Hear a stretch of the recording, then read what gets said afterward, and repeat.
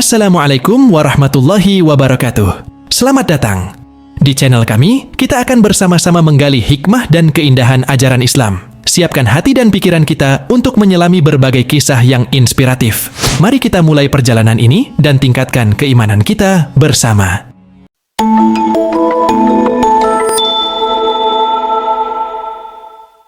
Sahabat sekalian, kisah ini tentang pria yang terkenal hafal Al-Quran, menimbulkan rasa penasaran yang tak terduga. Kisah ini, di mana ia berpindah keyakinan di penghujung hidupnya, bisa menjadi pelajaran berharga bagi kita semua. Semoga kita selalu berada di jalan yang benar dan tak tergoda untuk menyimpang. Kisah ini ditulis oleh Abdah bin Abdirrahim, seorang yang saleh. Ia merupakan guru Imam An-Nasa'i dan wafat pada tahun 244 Hijriah. Di masa lalu, hiduplah seorang mujahid yang dikenal luas berkat kepakarannya dan gaya hidup zuhudnya, ibadahnya yang konsisten, puasa Daud yang dijalankannya, serta ketakwaan dan keimanannya kepada Allah Subhanahu wa Ta'ala menjadi teladan bagi banyak orang. Cerita ini dimulai ketika seorang pemuda soleh tiba di negeri Romawi bersama rombongan karavannya. Mereka memutuskan untuk beristirahat di sebuah benteng yang terletak di sana, meskipun sebenarnya mereka tidak diperintahkan untuk berhenti pada saat itu. Mereka berhenti di lokasi tersebut karena pemuda soleh itu membutuhkan waktu untuk buang air kecil. Ia lalu turun dari kudanya dan berjalan ke sudut benteng untuk melaksanakan kebutuhannya. Tanpa sengaja, seorang wanita cantik dari bangsa Romawi melintas di depan pemuda soleh tersebut, dan kecantikan wanita itu begitu memikat hatinya. Kecantikan wanita itu sungguh memukau, membuat pemuda soleh tersebut terpesona. Ia merasa tidak bisa menahan perasaannya. Sejak kejadian itu, wanita cantik tersebut selalu menghantui pikirannya setiap hari. Akhirnya, pada suatu hari, pemuda soleh tersebut memutuskan untuk mengirimkan surat kepada wanita cantik itu. Ia menulis surat dalam bahasa Romawi yang artinya adalah, "Apa yang harus saya lakukan untuk bisa mendapatkanmu?"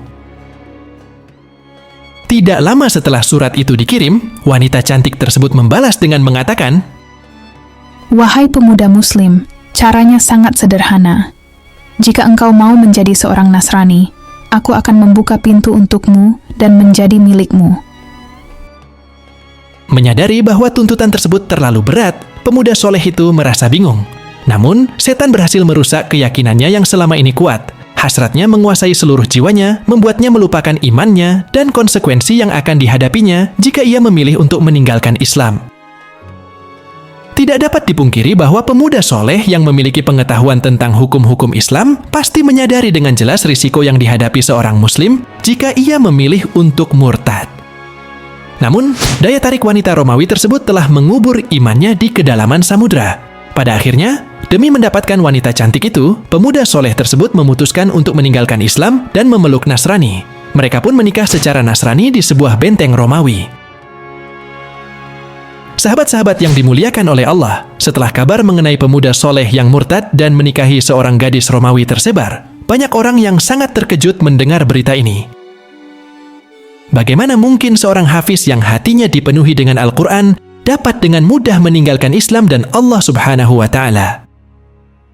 Pada suatu hari, teman-teman muslimnya melihat pemuda yang telah murtad itu sedang bersantai bersama teman-teman barunya yang beragama Nasrani. Mereka pun menghampirinya dan berkata, "Wahai Fulan, apa yang telah terjadi dengan bacaan Al-Quranmu dan bagaimana dengan puasa serta solatmu?"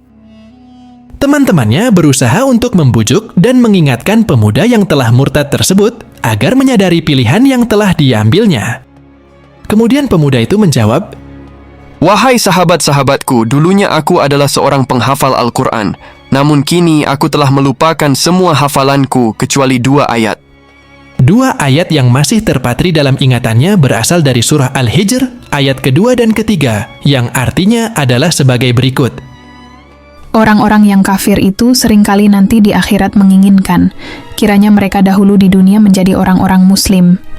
Biarkanlah mereka di dunia ini makan dan bersenang-senang dan dilalaikan oleh angan-angan kosong, maka kelak mereka akan mengetahui akibat perbuatan mereka.